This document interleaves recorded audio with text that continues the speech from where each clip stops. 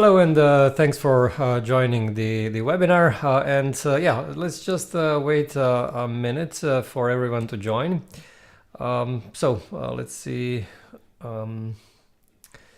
Yeah. Yeah, while we are waiting for other people to join, can you let me know where are you joining from? So I'm calling in from Zagreb, from Croatia.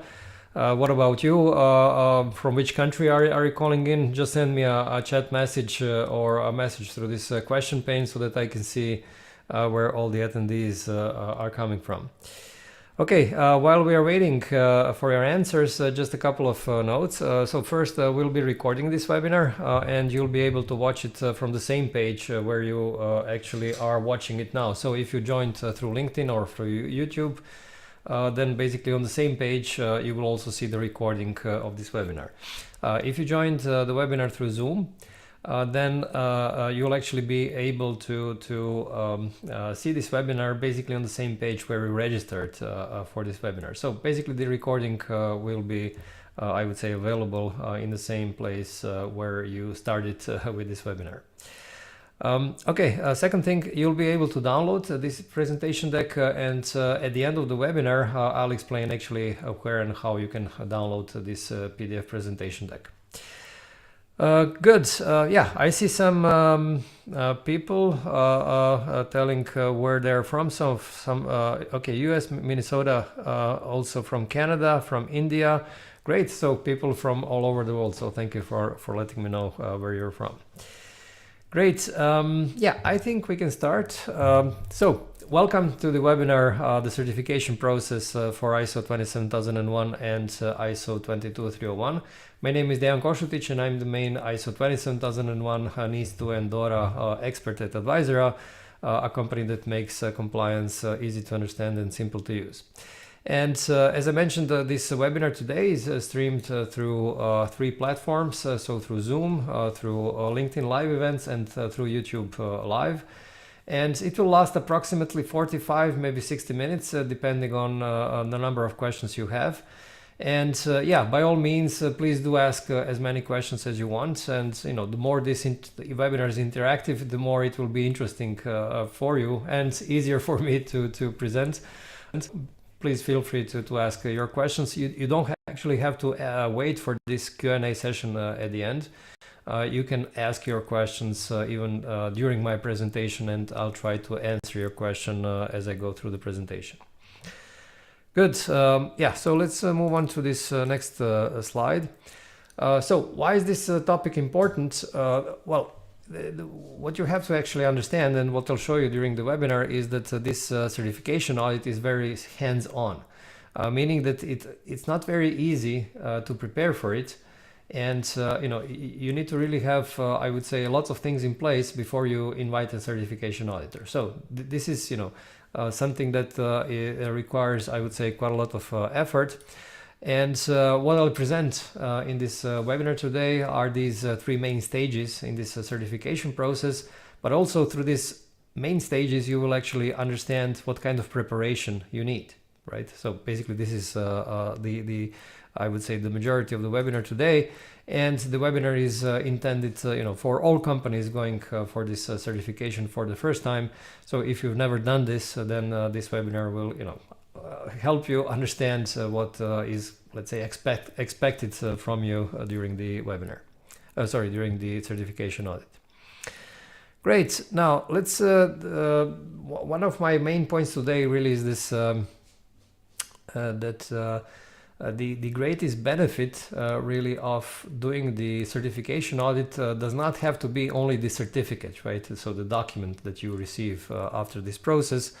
You can actually get some more additional benefits out of this certification audit, but then you have to actually approach this whole, I would say, process, this whole job from a positive side. Because then you will actually get much more improvements to your security other than the certificate itself. And this is exactly what I'll show during this webinar today, how to basically approach the certification from this positive side and how to get these additional benefits. All right, so the agenda for today, I'll go through the agenda for today, but as I go through this agenda, let me know which of these topics you find the most interesting. So just send me a message, and for me to basically understand what you would like me to focus on during the webinar. So any of these topics you like, simply send me a message, and this way I'll try to focus, I'll try to spend more time on this topic during the webinar. All right, so very shortly I'll speak about the certification bodies, then what are these 3 steps or 3 stages in the certification process, what are nonconformities and how you deal with these nonconformities, what to expect from auditors, so basically from these people that will come and audit your company, when will your company be ready for certification, and what are some main challenges during this basically when preparing for the certification audit. Okay, good. Now let's move on with this slide about certification bodies. So certification bodies are basically, organizations or institutions that must have some kind of a license for issuing certificates. Okay. And these licenses, they obtain these licenses from these national accreditation bodies, right? So national accreditation bodies are basically government agencies or let's say authorized agencies then that actually issue these licenses, and these licenses are really called accreditations towards a certification body. What does this mean? This means that you have to check out if your certification body has the accreditation, okay? Because if it doesn't have an accreditation, this means that it does not have a license to basically issue certificates. So one very important thing to do. For example, one of the most, let's say, known accreditations is this UCAS. UCAS stands for United Kingdom Accreditation Service. So obviously this is a British government body that issues accreditations to certification bodies. And actually, they issue certification body. They issue these accreditations not only to certification bodies in the UK, but also throughout the world. So, for example, very often you will see a certification body operating in, let's say, Germany, and it has the accreditation from UCAS. So it's fine, especially because UCAS is very known accreditation body. Okay, how to choose a certification body? Obviously, it needs to have accreditation. Obviously, you'll pay attention to price because these are, let's say, organizations that compete in the market, and one of the, let's say, points against which they compete is obviously price. But these are not the only 2 things that you should take into account. You should also take into account the experience of their auditors and generally the reputation. But one of the most important things is really how basically their auditors, whether their auditors have experience with your type of companies.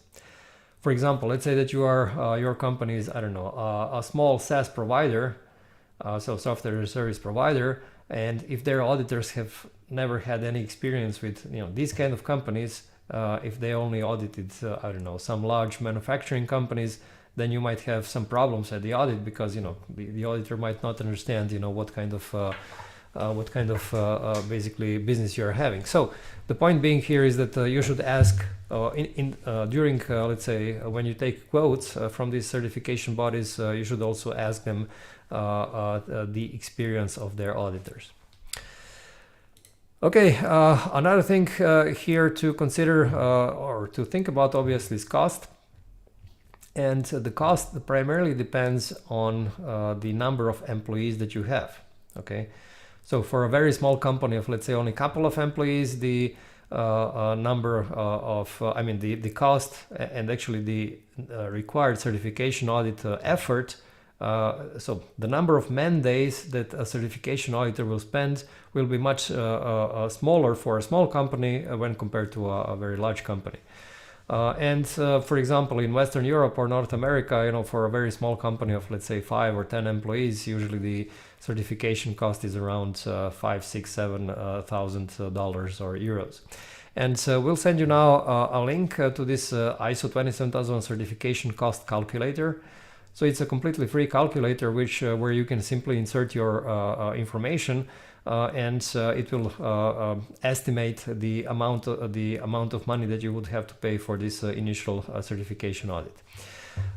So you can try it out and see, just to get a rough estimate of what this might cost you.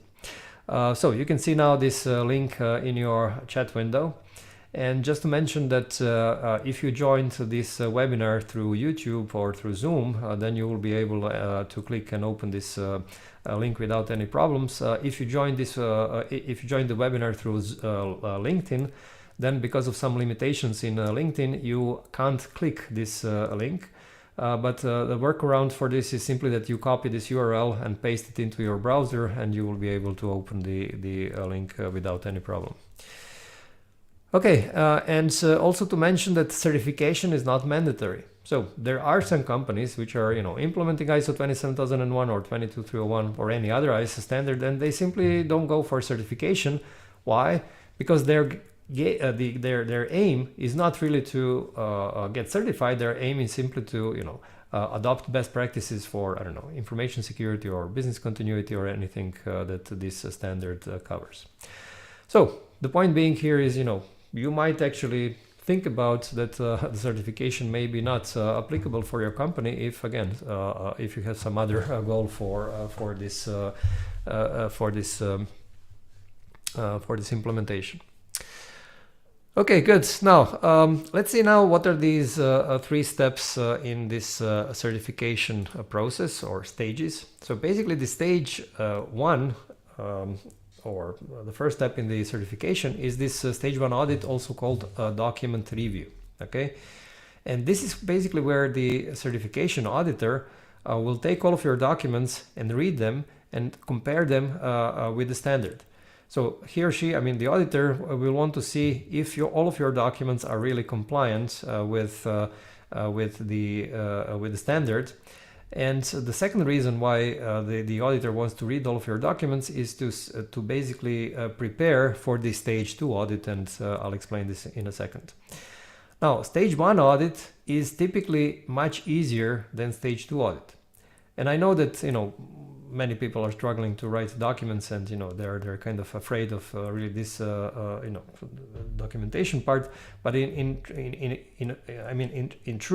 reality, this stage 1 audit is much easier. It's much easier to write documents rather than stage 2, where you will see that you actually have to implement and make sure that you're compliant with all of these documents. Okay, I'll come to this point again in a couple of minutes, but let me now explain you what this stage 2 audit is about. It's called main audit, and this is where the auditor is not interested anymore in reading your documents. Basically, he or she now is interested in finding out if you are really complying with all of these policies and procedures that you have written. So, just for an example, let's say that you have written a backup policy, and in the backup policy you have said that for a particular system you will do the backup, let's say, every 6 hours. Okay. Now the auditor will want to see if you're really doing the backup every 6 hours. So basically, he or she will ask your system, let's say system administrator, okay, please show me the logs of your backup system.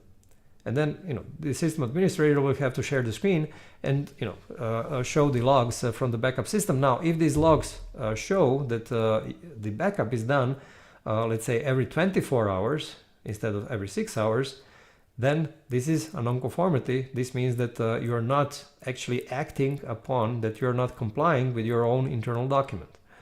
And this is where actually the auditor will raise a nonconformity. And I'll speak about these nonconformities in a couple of minutes. But the point being here is that you have to understand that a stage 2 audit is very hands-on audit, and the auditor will want to find out if you're complying with each and every sentence in your documents, each and everything that you have written in your documents.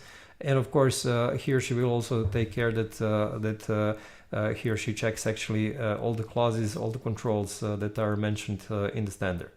So very hands-on and very focused, not on theoretical things like documents, rather on very practical things on how you are actually handling your security in real life, right? In real operations. So why is stage 2 audit much harder than stage 1 audit? because most companies are using this I don't know, some kind of tools like, okay, if you're our customer from Advisor, then you might be using our toolkits or maybe this Conformia software, and using these kind of tools it's easy actually to produce all the documents that you need. Now these tools cannot help you, in actually doing the thing in your company. So I mean, the toolkit or software cannot help you actually perform the, I don't know, backup every 6 hours instead of every 24 hours. So it's something that you have to do operationally on your end. So you have to make sure that all the employees in your company actually understand exactly what needs to be done, and that are really doing all of these things in real life. So this is kind of the let's say difference between stage 1 and stage 2 audit. Now stage 3 audit is a so-called surveillance audit or surveillance visit, and it actually happens not right away, not during the initial certification. It happens afterwards. Now why is this needed? This is needed because once you pass this initial certification audit, so initial certification audit is basically stage 1 and stage 2 audit. After the stage 2 audit, if you're basically good, and I'll explain this, what makes you good or not good for getting a certificate. Basically, if you get the certificate is valid for 3 years, right? So let's say that you go for certification in, I don't know, May 2025. This means that the certificate will be valid until May 2028, okay? Now, during this 3-year period, the certification audit, the certification body wants to check out if you are maintaining your system, because otherwise, if you're not maintaining it, then you will lose the certificate. And the way for certification body to check this is to perform these surveillance audits, and they will basically perform at least 2 surveillance audits. So, if your certificate was issued in May 2025, then the first surveillance audit will be in May 2026, and the second surveillance audit will be in May 2027. Now, in May 2028, your certificate will expire, and then the certification body will tell you, okay, if you want, you can go for the recertification, and then you can actually get a new certificate on a 3-year period. Or you can simply let the certificate expire, and then this is it. Now this new recertification, then you have to go through this stage 1 and stage 2 audit. So basically as if you are going for the initial certification. Okay, so basically these are the 3 stages, and we'll share now with you this article on how to get ISO 27000 certified, where you can find some more information about these stages. Good. Now let's move on to the next slide, and this is around nonconformities. So first of all, what is a nonconformity? Basically, a definition of the nonconformity is very short. Nonconformity is a failure to comply with the requirements. So again, the example of the backup policy, the requirement from your own backup policy in this example would be that you perform the backup every 6 hours. Okay. If you perform every 24 hours, this means that you are not complying with your own requirement. This would be a nonconformity. Of course, the requirement can be from the standard itself, from ISO 27001. For example, 27001 requires you to write this statement of applicability. It's a crucial document. If you don't have it, then it's a nonconformity. Good. Now, how is this nonconformity documented? Typically, it's documented in a way that that you actually that the auditor writes exactly what the nonconformity is. He or she will make the reference to the clause of the standard, describe the evidence, these kind of things. And this nonconformity will be a part of this final report that the certification auditor will issue at the end of the audit. So, in other words, all the nonconformities that are found, that the auditor has found, will be listed in this auditor report that you'll get at the end. Now the question is, what is this difference between major and we'll actually send you now this link how to create a nonconformance report. Now, this article is not really relevant directly for certification audits. It's more, let's say, for if you're doing the internal audit. And I'll cover internal audit later on, but in any case, you can use this article, how to create a non-conformance report, the 5-step guide. You can use it when doing the internal audits. Now, the difference between major and minor non-conformities, they're relevant only for the certification audits. They're not relevant for internal audits. And the main difference is really that a major non-conformity means that, you know, you've done really something, you made some really big, well, I wouldn't say a problem, but you're missing something really big. This would be a major nonconformity. So, for example, a major nonconformity could be that you know, you have completely forgotten to write some mandatory document, like statement of applicability. Okay, if you don't have a statement of applicability, this would be a major nonconformity. Major nonconformity could also be that you had a major security breach. A major nonconformity could be that you have all the documents, but you're simply not complying with these documents. So, for example, again, this example of backup policy says 6 hours, you're continuously doing the backup every 24 hours. This is also a major nonconformity. Now, a minor nonconformity could be that, you know, it's not something that there is a nonconformity, but it's not substantial. So minor nonconformity could be that you do have statement of applicability, but that, let's say, it might be missing some minor elements. You might, I don't know, out of 93 controls, you might have forgotten to write one control there. Okay, it would be a minor nonconformity. Or let's say for this backup policy, let's say that you're generally doing the backup every 6 hours, okay? But every now and then, one day in a let's say month or 2 days in a month, you're not doing this every 6 hours, you're doing this in some other frequency. Okay, this would be a minor nonconformity. Now, why is this major and minor nonconformity important? It's important because if you get a minor nonconformity, then your company will be eligible for a certificate. Then you will get the certificate, okay? Right away after the, in a couple of days after the certification audit. Whereas if you get a major nonconformity, this means that your company is not eligible for a certificate. And this means that basically you first have to fix whatever problem, whatever nonconformity you have. And then when you present the proof, the evidence to your auditor that you have fixed this problem, then you can actually get your certificate after a major nonconformity. So, just to summarize, if you get only minor nonconformities at the certification audit, you will get the certificate and you will also get a deadline. Typically, this is a couple of months or maybe 12 months to fix these minor nonconformities. Okay, if you get a major nonconformity, then you typically get, let's say, 3 months to fix this major nonconformity, and only after you fix this nonconformity, then you will get the certificate, of course, if you fix it. Okay, so basically these are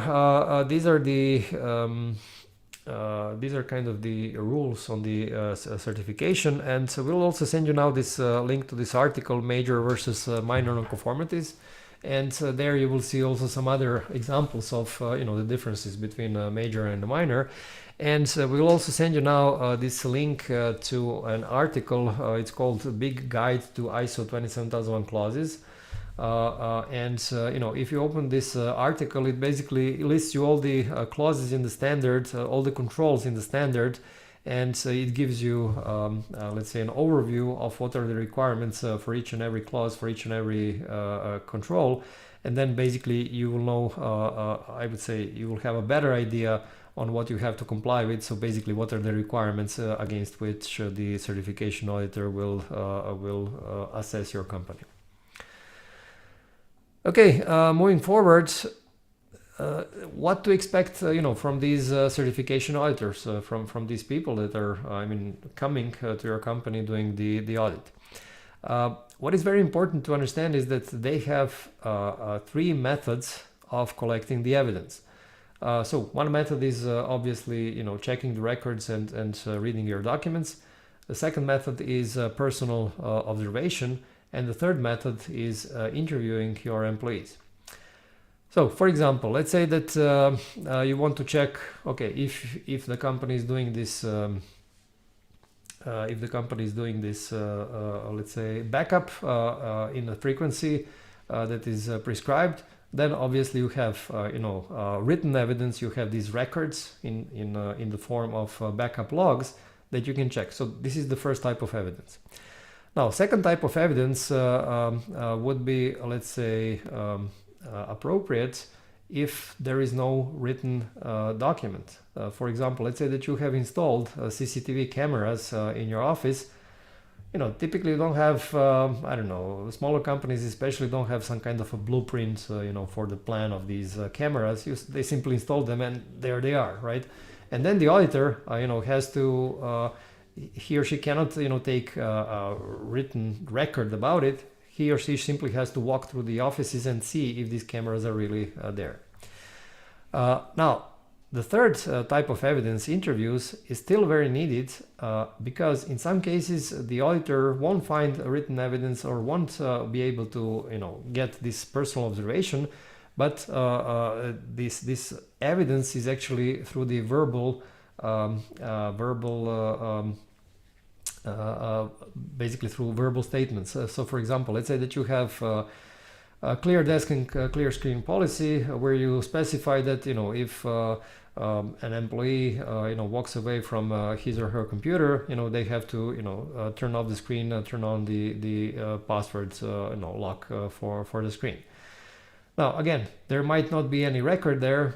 It might be very hard for an auditor to observe, each and every employee in the company. In this case, really the best way for an auditor is to interview many employees in your company and basically ask them, okay, what do you do when you get up and go for a break? I mean, what exactly do you do with your computer? And then, by speaking to employees, then the auditor will, get a much better idea if they know that this rule exists at all. And, in some cases, he will be able actually to find out if people are really doing this, if they are aware of this rule. So, again, it's very important to understand that the auditor will be looking for all three types of evidence, not only for written evidence. Of course, the auditor will be looking for written evidence, records and documents, but I would say that these verbal statements are also fully acceptable, and these personal observations are also very important. Why is this important to understand? Because it's impossible to document everything. Okay, it might be possible for larger companies, but for smaller companies, if you're a couple of employees, come on, you can't write, let's say that out of these 93 controls you have selected 85 as applicable. You cannot write evidence for each and every of these 85 controls, but if the auditor asks you, then you simply explain verbally how you implemented some of these controls, and this is perfectly fine. This is perfectly acceptable for a certification. Okay, now a next thing here to understand is that what the auditor can and cannot do. Well, first of all, the auditor can access any of her documents because otherwise the auditor cannot find the evidence. The auditor can speak to any of your employees within the scope, and typically the auditor will want to speak both to your IT people, but not only to IT people. He will also want to speak to mid-level management. He will want to speak to the CEO. He will want to speak to, people who are, maybe on some construction site, if you have any of these sites and so on. So the point being here is that the auditor will be able to access basically anything and anyone within your scope. And you have to be aware of this and be prepared for this and prepare all of the employees for such an approach. Now, what the auditor cannot do is they cannot raise a nonconformity if there are no two ingredients to this nonconformity. The first ingredient is really the requirement, okay?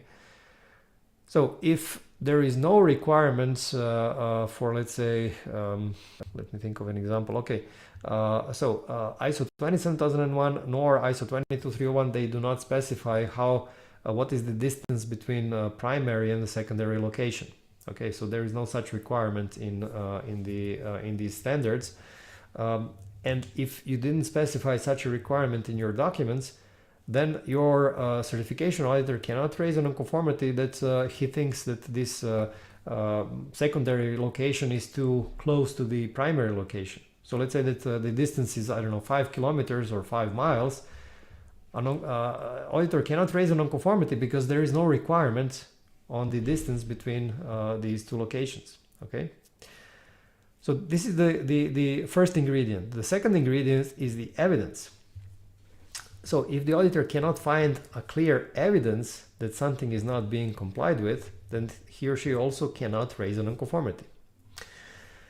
Okay, so why is this important? Because during the audit, you might find yourself in a situation that you don't really agree with the auditor.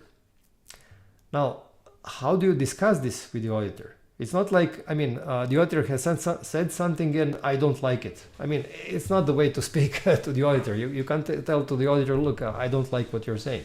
No, you have to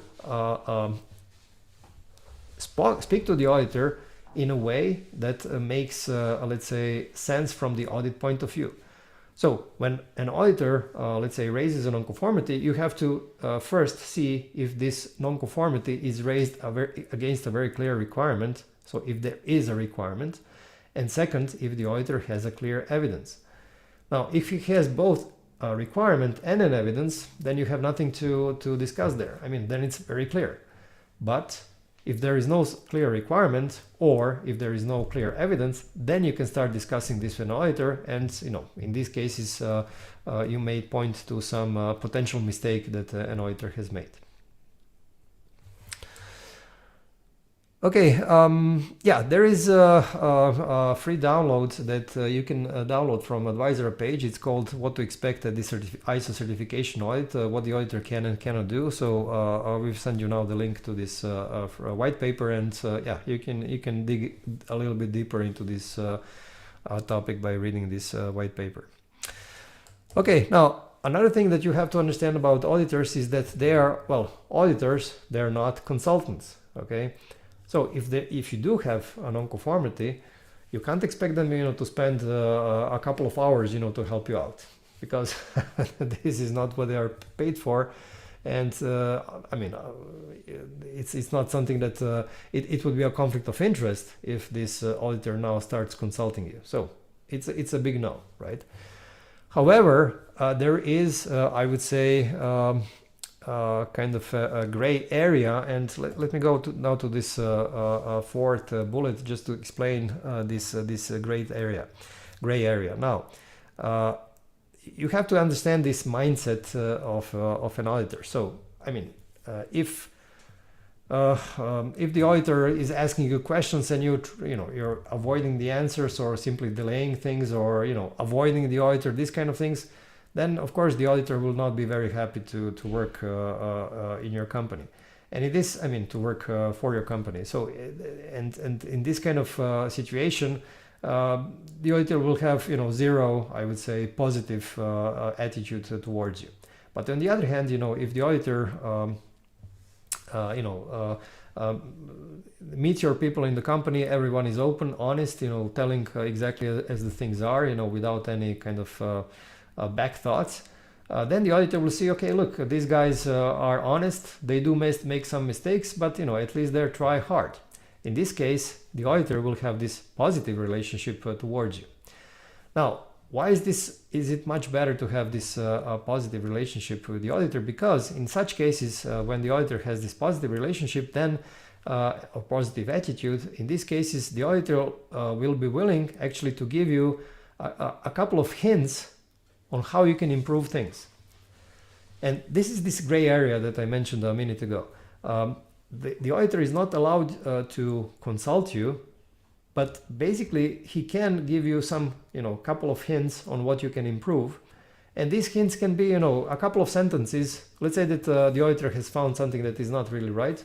I mean, if the auditor is experienced, especially if he is experienced in the industry that from which you're from, this means that he has already seen, dozens and dozens of good examples of how security is handled. This means that, in a couple of sentences, he can, basically give you a whole new, let's say, way to handle things in a much better way than you do it. And, you can, through this a very short conversation, you can, resolve your problem in a much better, much quicker, much cheaper way. So the point being here, if you have this positive relationship with the auditor, if this auditor has a positive, I would say, attitude towards you, then he might be willing actually to give a little bit of a wisdom towards you, which will help you a lot. Okay, so try to try to go towards the audit in a positive way. Okay, we'll send you now also this link to this article. It's called "The Brain of an ISO Auditor: What to Expect at the Certification Audit." Just to get a little bit more ideas of what the auditor is thinking about and how to approach an auditor. Right, now, so what are the key things the auditor will be looking for? As I already mentioned, of course, this is the mandatory documentation. So you need to have all the mandatory documents, and we'll send you now the link to this article which lists all the mandatory documents for ISO 27001, and also a separate article for all the mandatory documents for ISO 22301. Then the auditor will be looking for if your activities comply with the standard. Okay, so for example, all of these ISO standards require you to create records for, let's say, your training, or create records from your internal audits, these kind of things. So you need to have these records or your other type of evidence, for proving that you actually comply with the standard itself. And then the third thing is that the auditor will be looking for evidence that your activities comply with your own documentation. Okay. Now, why am I emphasizing this third part? Because this third part, activities complying with your own documentation, this is, believe it or not, this is where 90%, so 9 out of 10 nonconformities are. So most of the nonconformities will not happen because you're not compliant with the standard. No.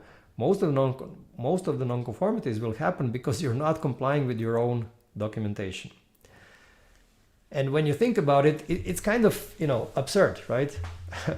Why would you write documents that you are not compliant with? I mean, why would you write rules like, you have to do backup every 6 hours if this doesn't make sense for you, okay, for your company? Why not, writing 24 hours if this is fine from the, let's say, risk perspective? So, something to think about. Don't write documents that don't make sense. Write the documents that are really good, and that are first of all that they're not complicated, and that these rules are not too strict, or of course that they're not too loose, right? And if you're already using our toolkits or our Conformio software, then you will see that basically we designed these products so that you don't have to create too many documents, and once you do create these documents, that they are really adapted for your specific circumstances in your company. Okay, good.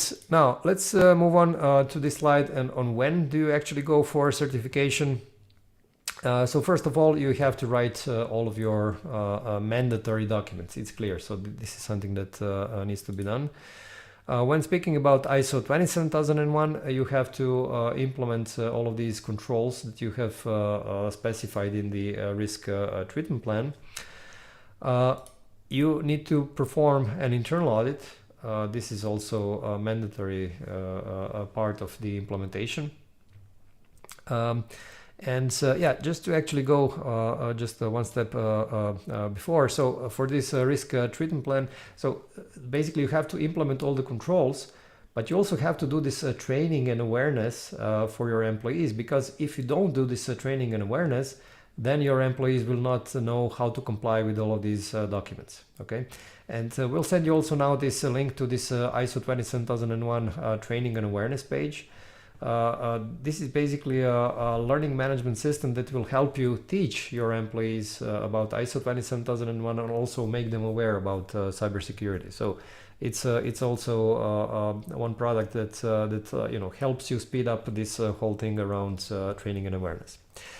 Okay, so next step before the certification audit is to complete your internal audit and take all the corrective actions. And we also shared this link on this article called ISO 27001 Internal Audit, the complete guide. So basically it's an article which, you know, explains in pretty much detail on how to perform internal audits. Then you need to perform this management review. And this management review is something that follows after the internal audit and something that you have to do.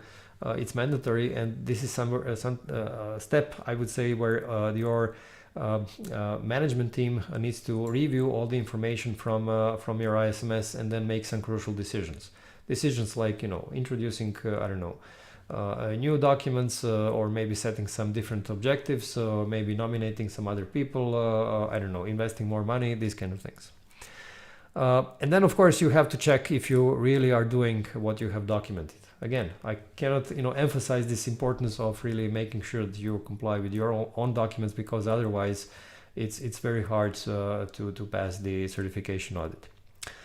Okay, we'll share now with you also one article. It's called ISO 27001 Implementation Guide. And there in this article you will see, you know, basically all the implementation steps that you have to take, you know, what is the timing, time effort that you have to invest into this project, what are the costs involved. So you'll find it in this article. Okay, I have a question from Nehat. Could you advise me shortly, have in mind firstly my basic expertise, which is crisis communication and management, safety and health care for workers, protection from fire risks, risk assessment about all. What should help the certification based on ISO 27001 22301? Well, of course, crisis communication and management is important for ISO 22301, the business continuity standard. It's not so relevant for 27001. Health and safety, not really relevant for any of these standards. Protection from fire risks. So directly this protection for fire might be, let's say, related to business continuity, but I would say not so crucial. And yeah, doing the risk assessment is definitely important for both 27001 and 22301. And by the way, we'll share now with you this article about this is the ISO 27001 risk guide. And there you will see some details on how you can actually perform risk management for 27001, because it's actually different. So the risk assessment in health and safety for, let's say, 45001 is different from the one that you are doing in 27001 or 22301.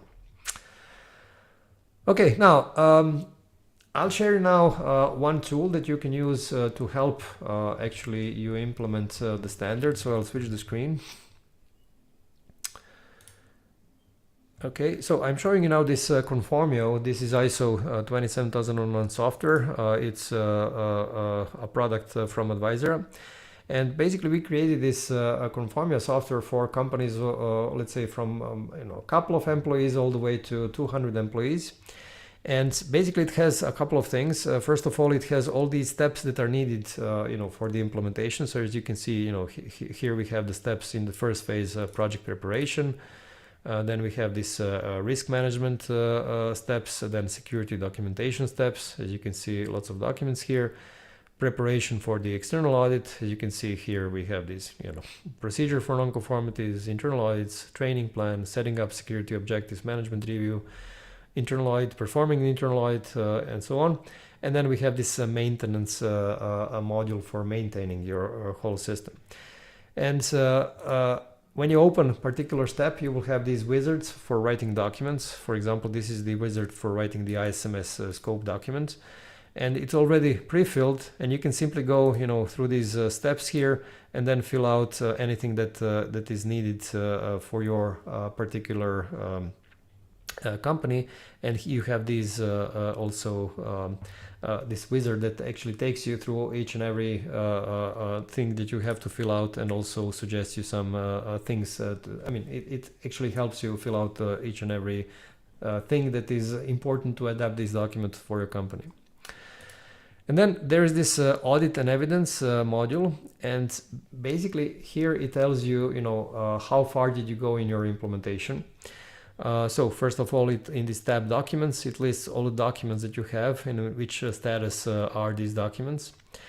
And also, what are the relevant clauses, what is the status, and so on. And then this tab clauses and evidence, it shows you each and every clause from the standard and whether you're compliant or not. So for example, let's say a performance evaluation, it has these 3 clauses, and basically it says that you have completed all of these steps. When you open any of these, let's say internal audit, then it explains you what is the requirement from the clause and what kind of documents you implemented there and what is their status. And you also have this evidence of implementation in terms of various records and so on. So it's very easy actually to make this quick gap analysis and know exactly how far you are from completing the project. Of course, if something is missing, then you simply open and see what exactly is missing here. So this is the this audit and evidence, and finally you have this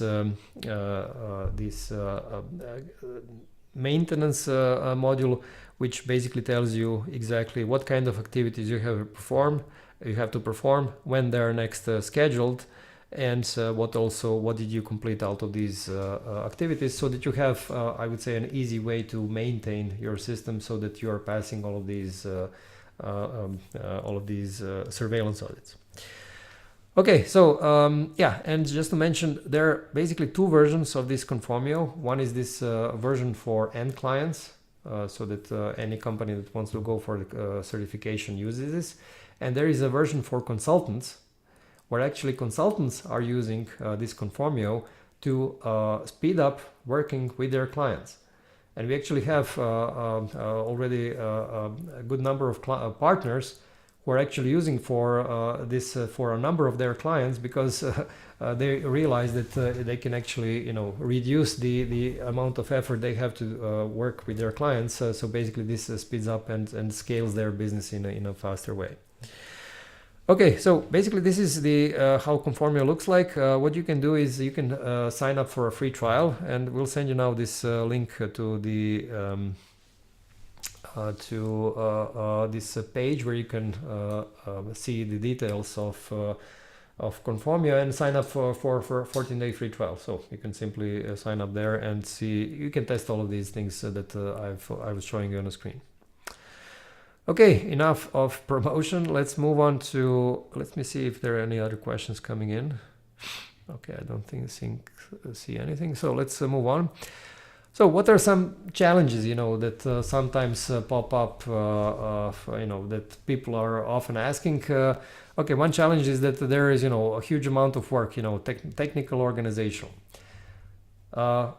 This happens if you, try to do this whole job in a way that has nothing to do with your company. Again, if you're writing a backup policy, prior to this backup policy, you have to perform the risk assessment. So to find out what are the risks related to your data and how strict this backup needs to be. If this risk assessment allows you to do the backup in the same sequence as it was before you started your 27001 project, then there is nothing more for you to do. I mean, okay, you create this backup policy, which is, very quick using this kind of a tool, but you are not actually changing your technical implementation. You're simply continuing doing technically as you were doing it before. Of course, if the risks are really high related to your data, then you might actually change the frequency of your backup, and in this case, you would have to do it more often. But again, once you set it up to do this more often, it's usually automatic, and then there is also no additional effort there. So think about how you can actually, I would say, configure your security so that it does make sense both from the risk point of view and your operational point of view. And this is really the way to I would say, optimize this effort not to be too big.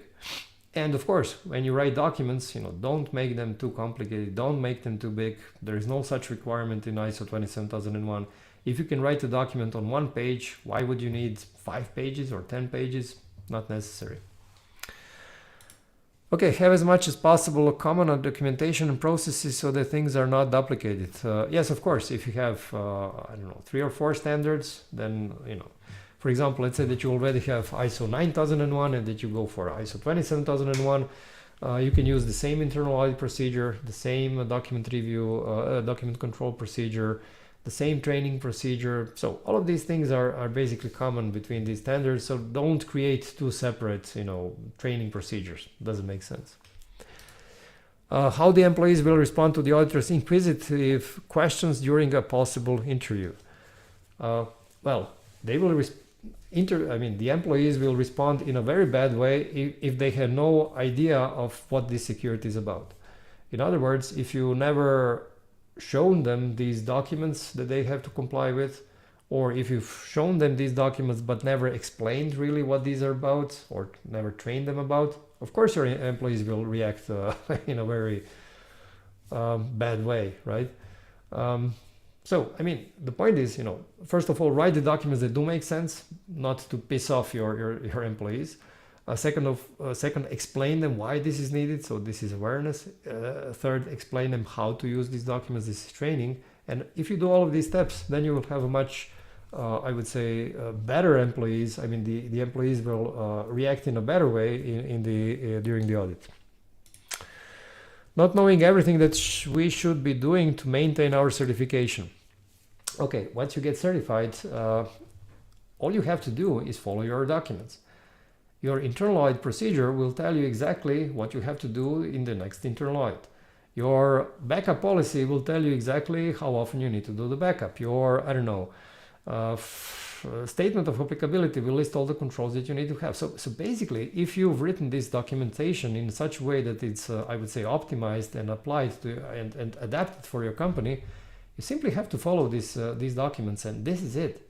It's nothing much more to it, especially if you use a tool like 𝗂𝗲𝗶𝘀𝗁, something that you have everything, I would say, in one dashboard.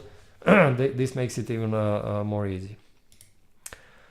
Okay, challenge if our internal audits will match the auditor's expectations. Yeah, so of course you have to perform this internal audit, I would say, thoroughly, and you can't do this if you know nothing about internal audits.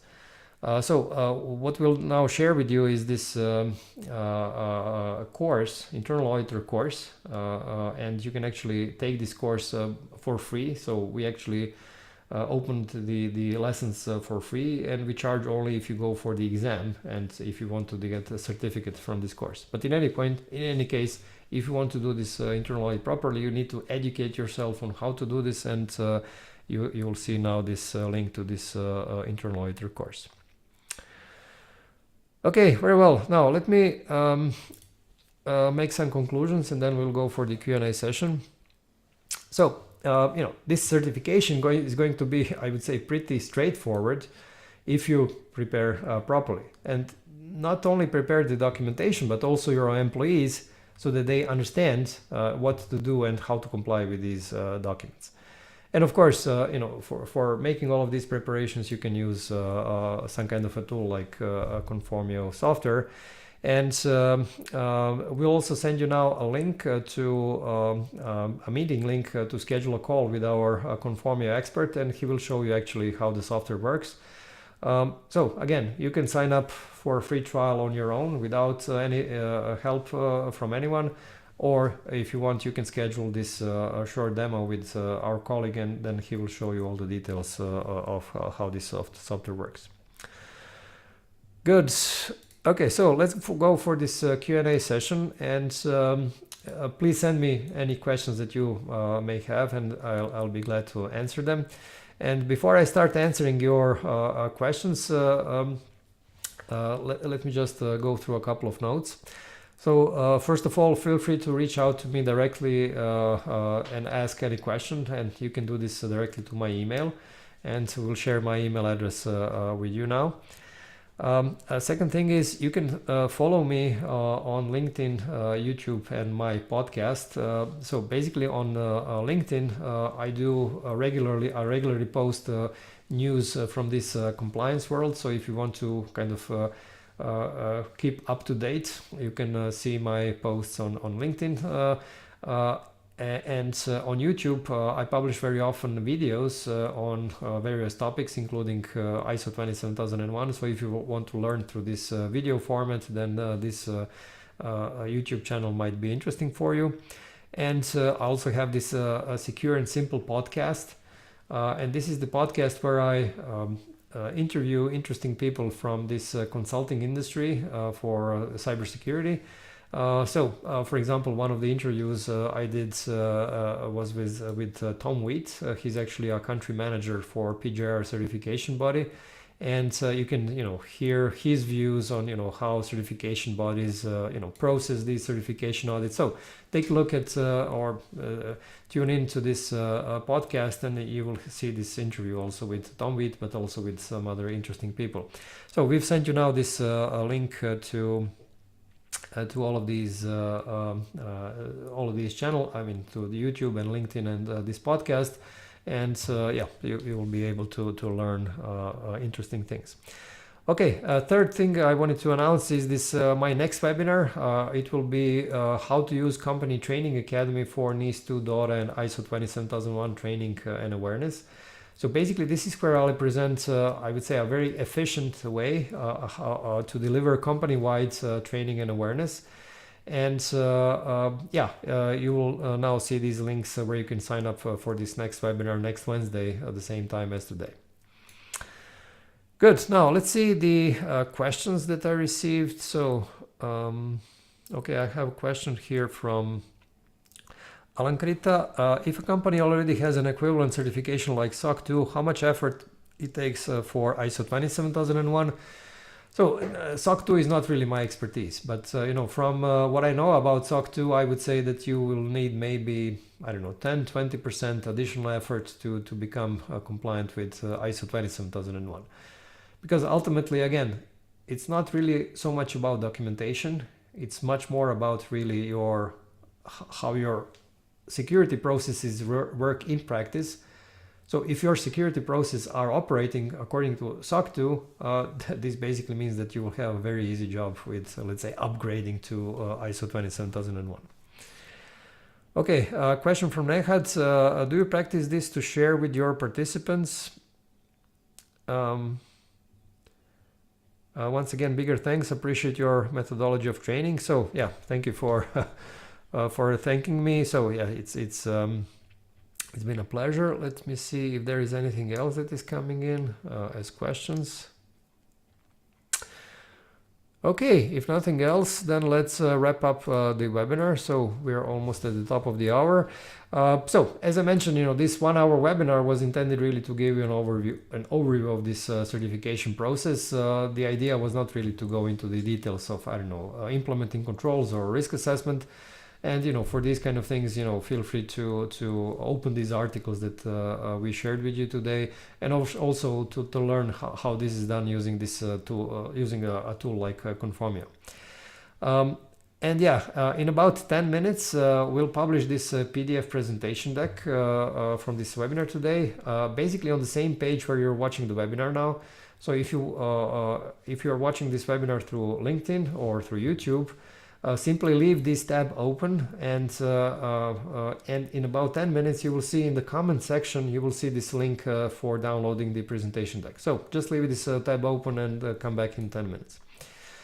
If you join the webinar through Zoom, then we'll send you the presentation deck in about, let's say, through email by latest by tomorrow morning. So you will see this in your email inbox.